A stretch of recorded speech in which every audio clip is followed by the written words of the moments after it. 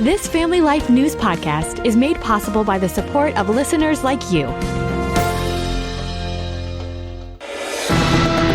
It's the Noon Report from Family Life, bringing a Christian worldview to what's happening in New York, Pennsylvania, across the country, and around the world. Weather with Kevin Williams, and faith-focused feature stories with the Family Life News team. Now, here's what's happening.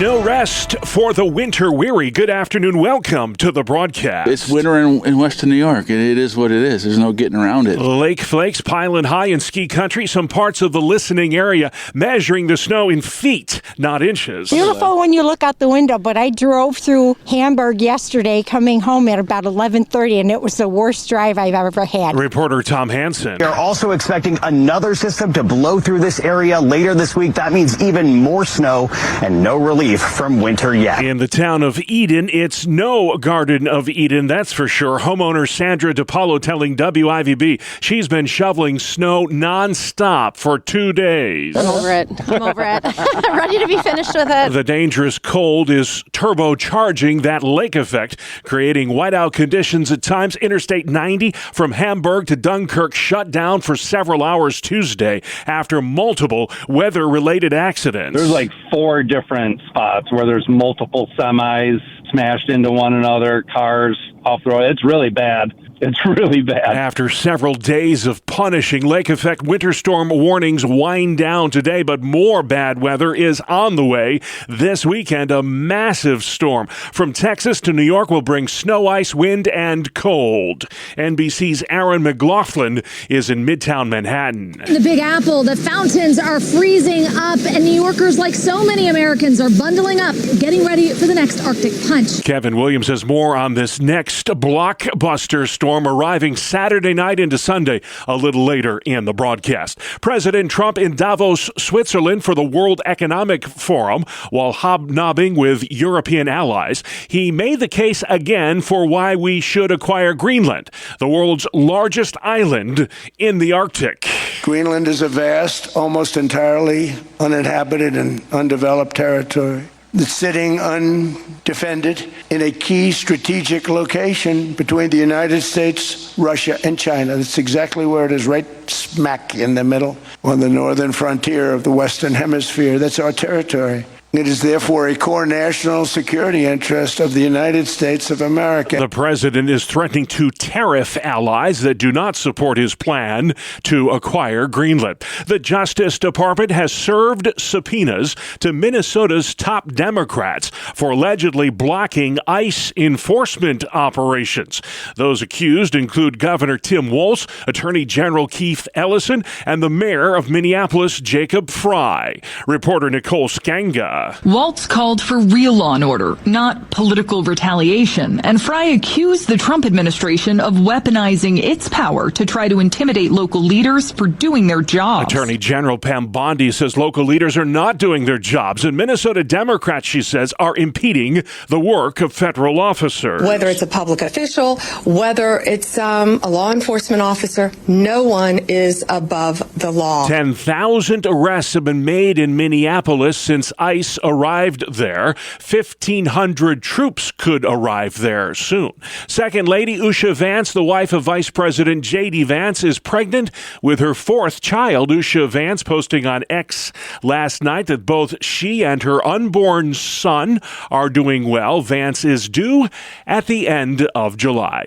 Deaths from heart disease and stroke are down in America. Dr. Sadia Khan at Northwestern University co-authored the annual report for the American Heart Association. Unfortunately, heart disease continues to be the leading cause of death, but we are seeing a decline from last year and return to the pre-COVID death rates for heart disease and stroke. The number of stroke deaths remains stable. I'm really optimistic. I think we have made significant scientific advances. We have lots of new therapies. And obesity rates have stabilized or declined. Michael Wallace reporting on the Sports Beat. The Hall calls 2 more.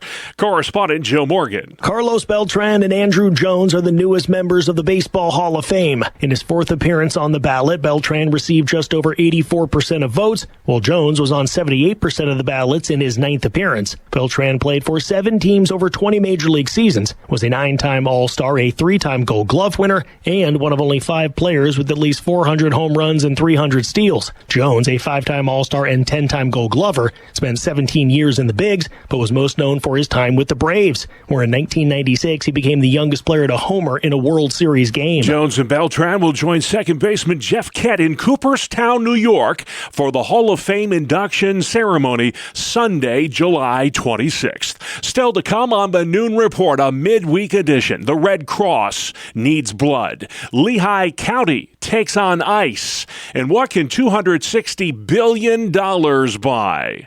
The Hochul budget after this. Good afternoon. I'm Kevin Williams, tracking a clipper that'll be bringing us some snow and breezes over the next 24 hours.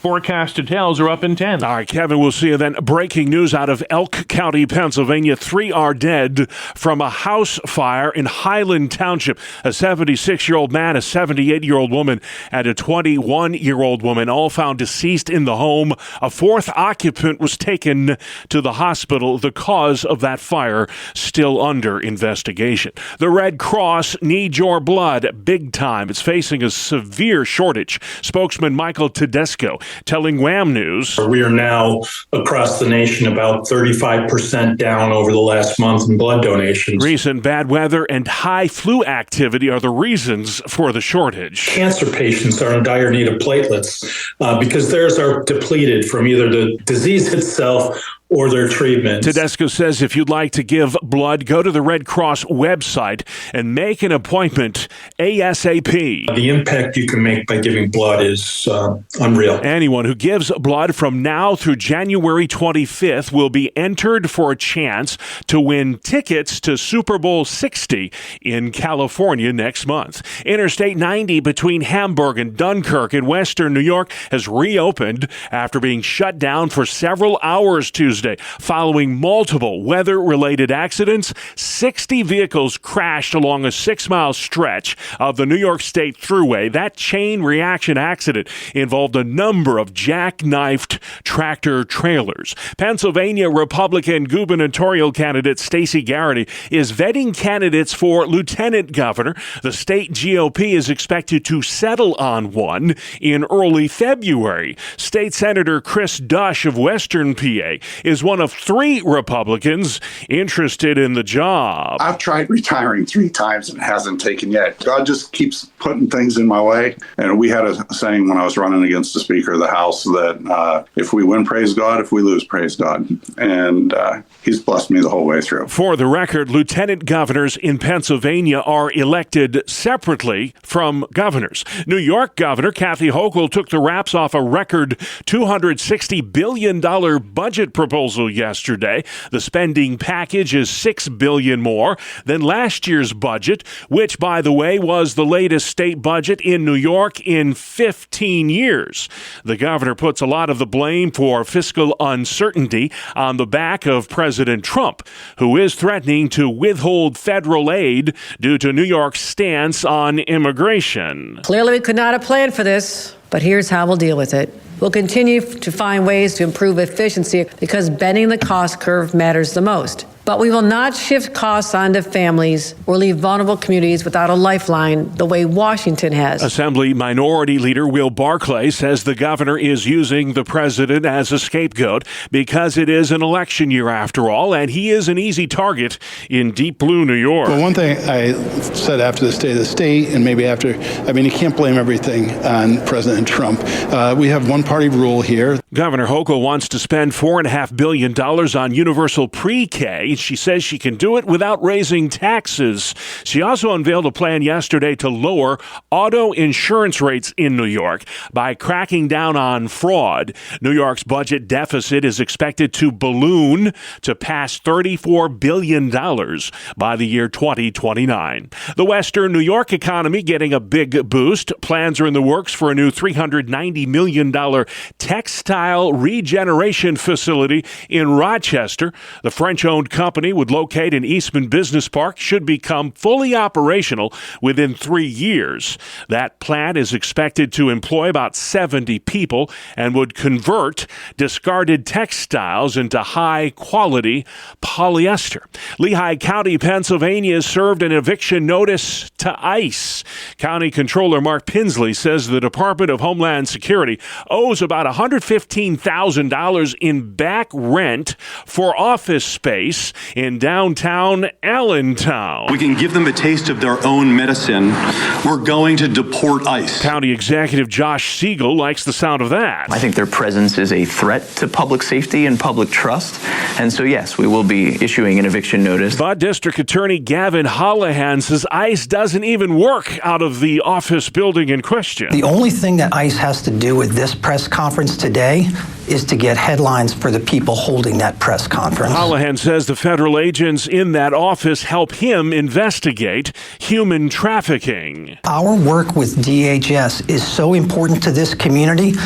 I will pay the rent out of Lehigh County drug asset forfeiture money to keep our partnership with DHS going. Lehigh County officials say that work can continue, just not in that building, that county-owned building there in Allentown. Good news in the war on drugs in the southern tier. Fatal opioid overdoses down by more than 40% since last year in Broome County. That is very good news. Officials attribute the decrease to an increase in the use of Narcan, an opioid antidote. But Broome County Executive Jason Garner says there are other factors at play here as well. This progress is the result of years of sustained investment and a coordinated countywide approach that brings together public health, mental health, law enforcement, all working towards the same goal of saving lives. Garner says $2 million in opioid settlement funds has also helped reduce fatal overdoses in the Binghamton area. St. Joseph's University in Lancaster, Pennsylvania needs pregnant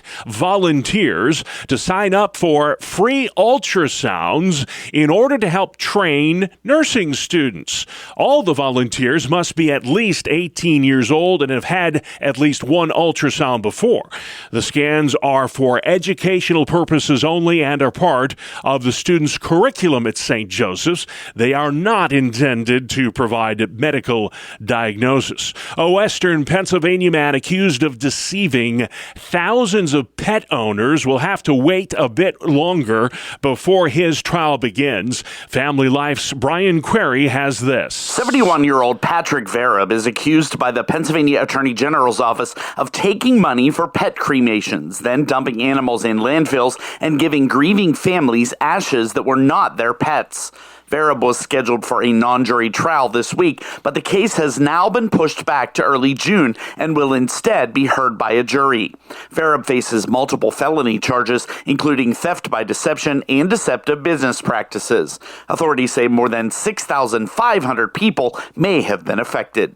Brian Query, Family Life News. Thank you, Brian. Buffalo Bills owner Terry Pegula holding a news conference this morning to discuss the firing of head coach Sean McDermott. He was let go a couple days after the Bills' overtime loss to Denver in the divisional round of the NFL playoffs. Pegula says the team is in need of a new leadership structure.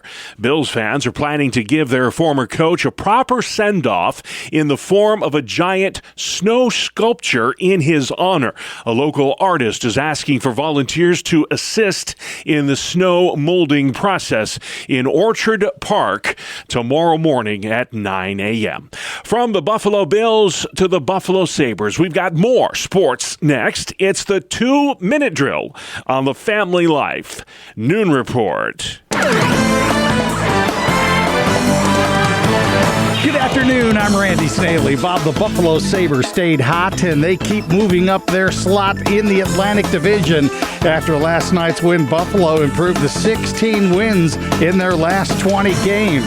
Konsta Helena scored his first NHL goal, and he assisted on 2 others as the Sabres went on the road and knocked off the Predators 5-3. Noah Ostlund scored twice. Tage Thompson and Peyton Krebs also lit the lamp. In Los Angeles, the Rangers fell to the Kings 4-3. New York had goals from Will Cooley and 2 from JT Miller, but the Rangers have now dropped 7 of 8. They sit in last place in the Metropolitan Division. Also skating to victories, the Canadiens, Lightning, Senators, Stars, Jets, and Devils. On to the NBA. Emmanuel Quickley had the top-scoring game of the night, pouring in 40 points.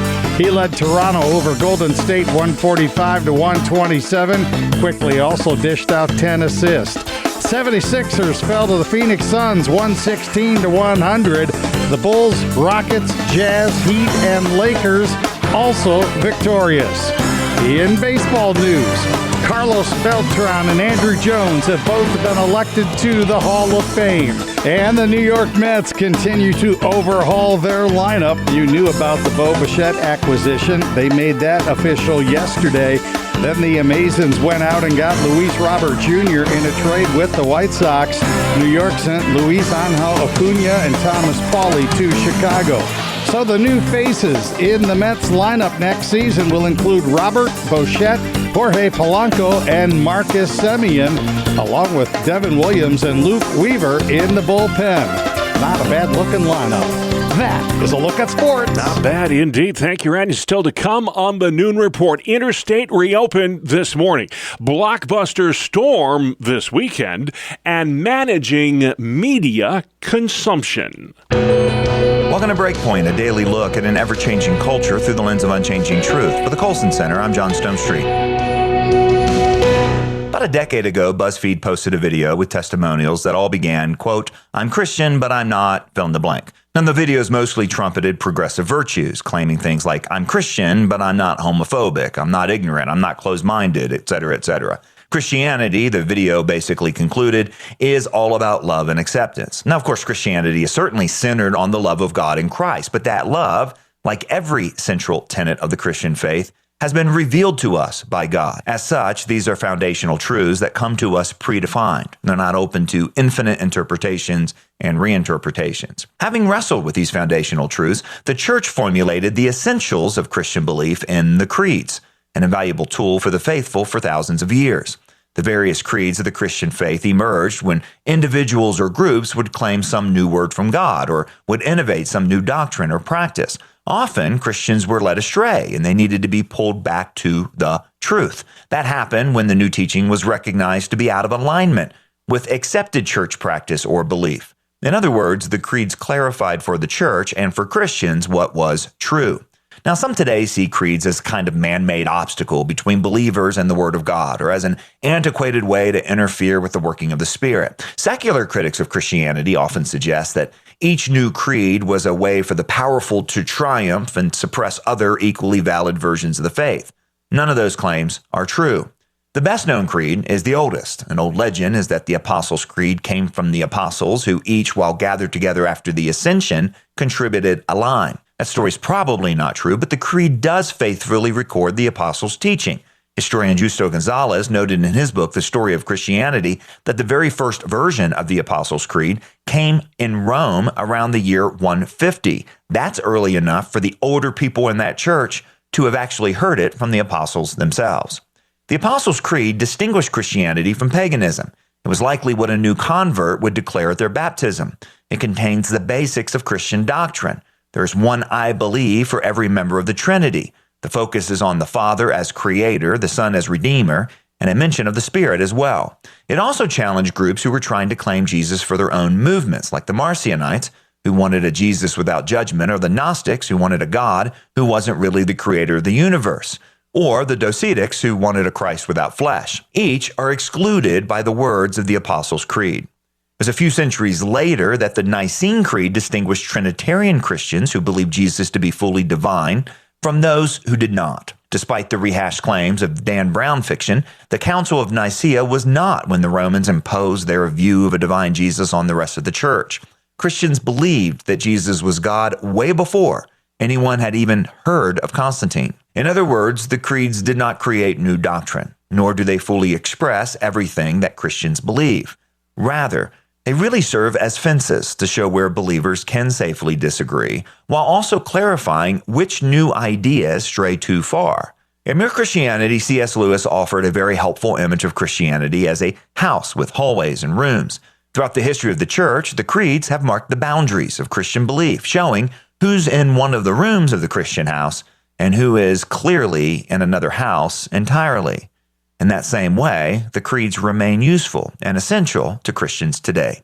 For the Colson Center, I'm John Stonestreet with Breakpoint. All right, John, thank you very much. Outside we go next. Kevin Williams. Here is your family life forecast for this afternoon. Mostly cloudy, occasional snow and flurries continuing into tonight. Adjusting to a couple inches for most, a bit more in lake effect areas. High temperatures today, low 30s in the 20s most of tonight. For tomorrow and Friday, blustery. Across central and eastern Pennsylvania, it's sun and clouds and a few flurries.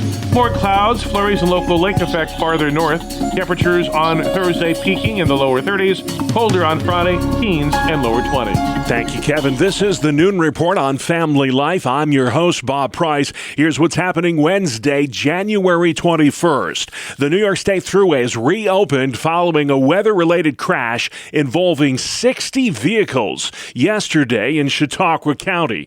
Details on that from Family Life's Dee Haley. A series of crashes on Interstate 90 between exit 59 in Dunkirk and exit 60 in Westfield shut down all westbound traffic yesterday afternoon and into the overnight hours. Multiple tractor-trailers jackknifed and several passenger vehicles were struck, diverting traffic back to exit 57 in Hamburg. Nearly 60 vehicles were involved and no life-threatening injuries were reported. The crashes occurred during a lake-effect snowstorm that caused whiteout conditions. Travel advisories were in effect when the crashes occurred. The incidents began shortly after 1 p.m. yesterday. The Thruway reopened shortly after 1 o'clock this morning. Dee Haley, Family Life News. Thank you, Dee. President Trump in Davos, Switzerland for the World Economic Forum. His arrival there delayed by a few hours because of some mechanical issues aboard Air Force One. This will be an interesting trip.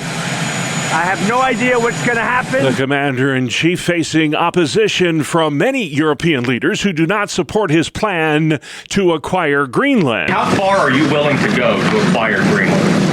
You'll find out. The president saying today that Greenland is vital to our national security interests, but he added, we will not take it by force. The U.S. Justice Department has subpoenaed several top Democrats from Minnesota for allegedly interfering with ICE operations. Attorney General Pam Bondi. People will be held accountable. This state is a mess right now. We've seen the chaos, and it's constant. And our men and women in law enforcement deserve to be safe.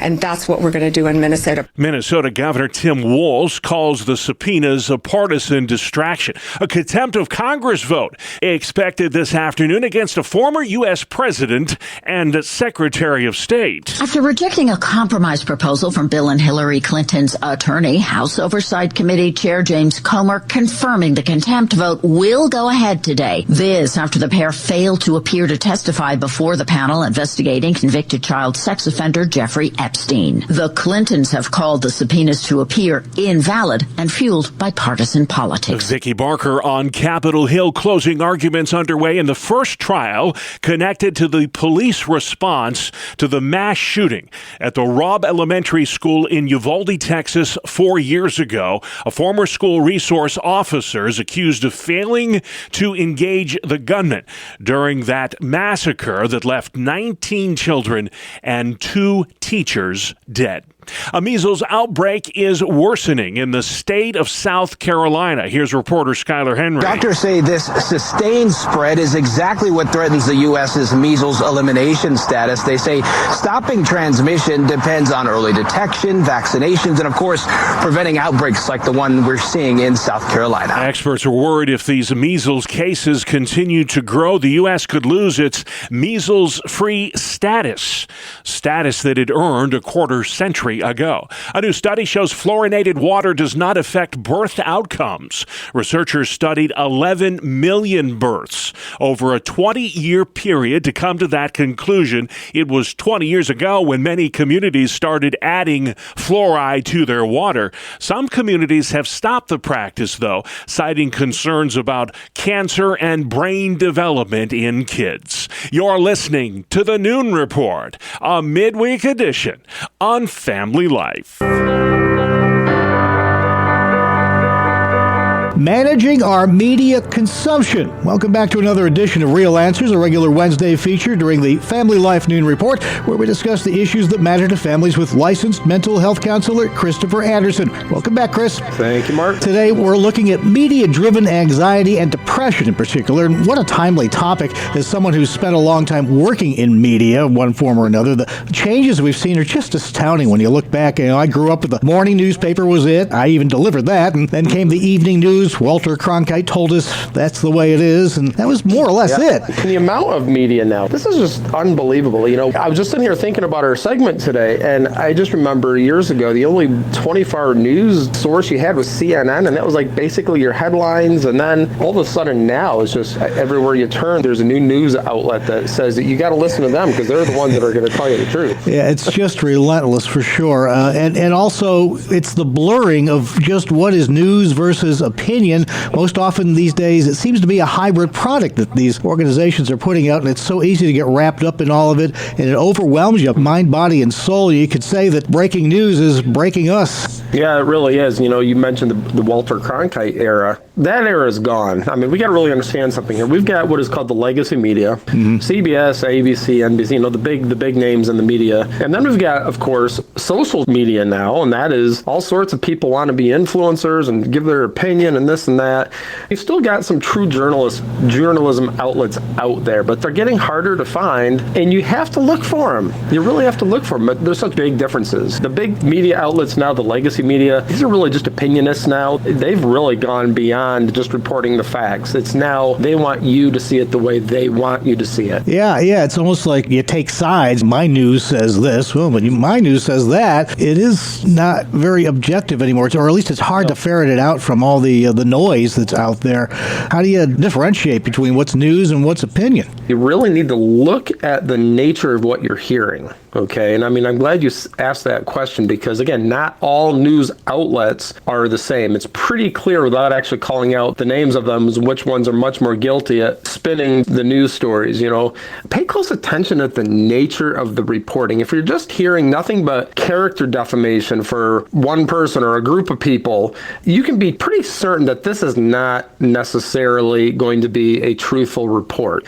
False reporting is very much rooted in this political agenda, and it's very much not doing anybody any service, and it's really just breaking apart our society. This is the real problem. It's rooted in hatred.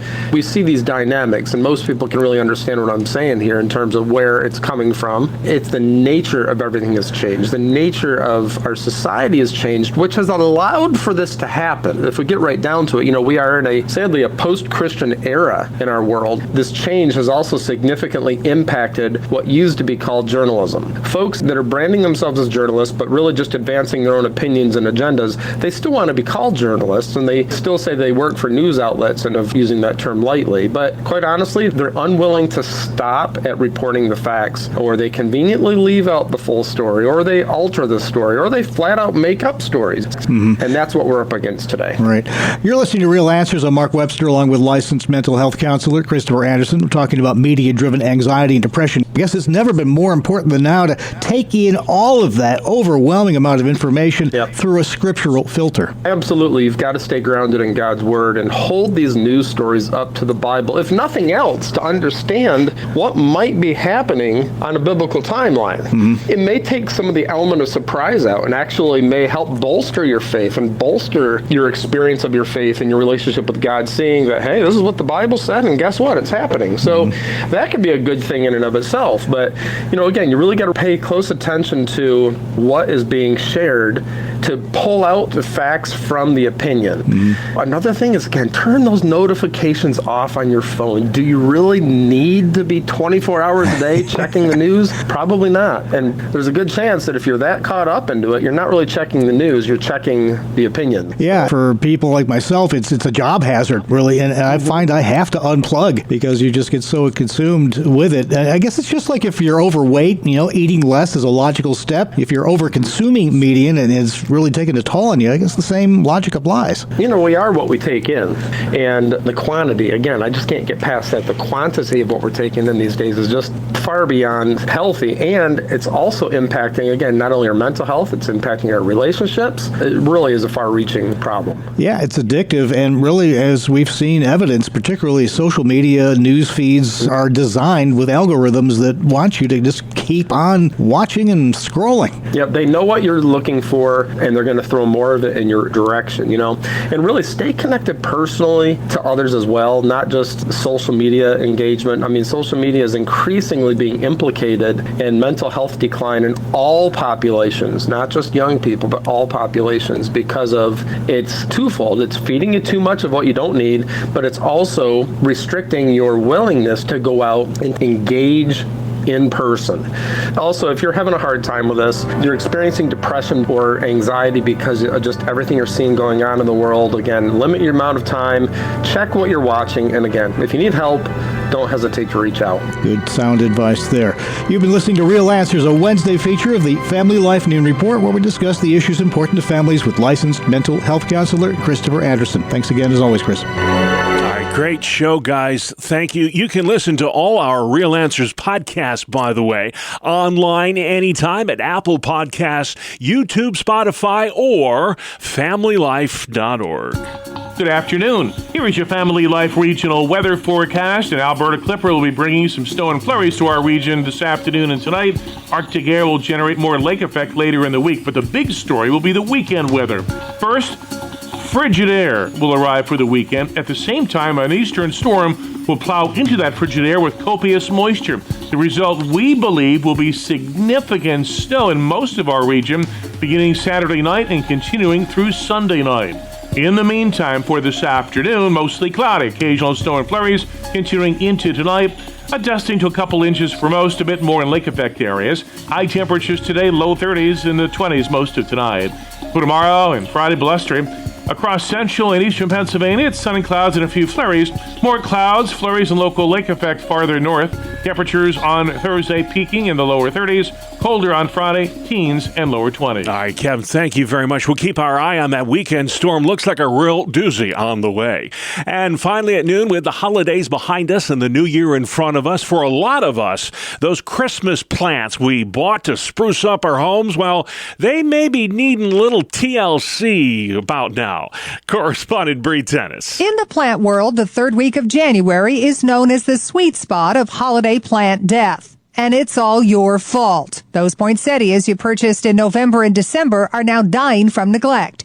Overwatering, underwatering, the plant losing its leaves. Plant experts say you're doing it wrong, as those poinsettias should live through April. But for most, now is the time to gather them up and hit the compost.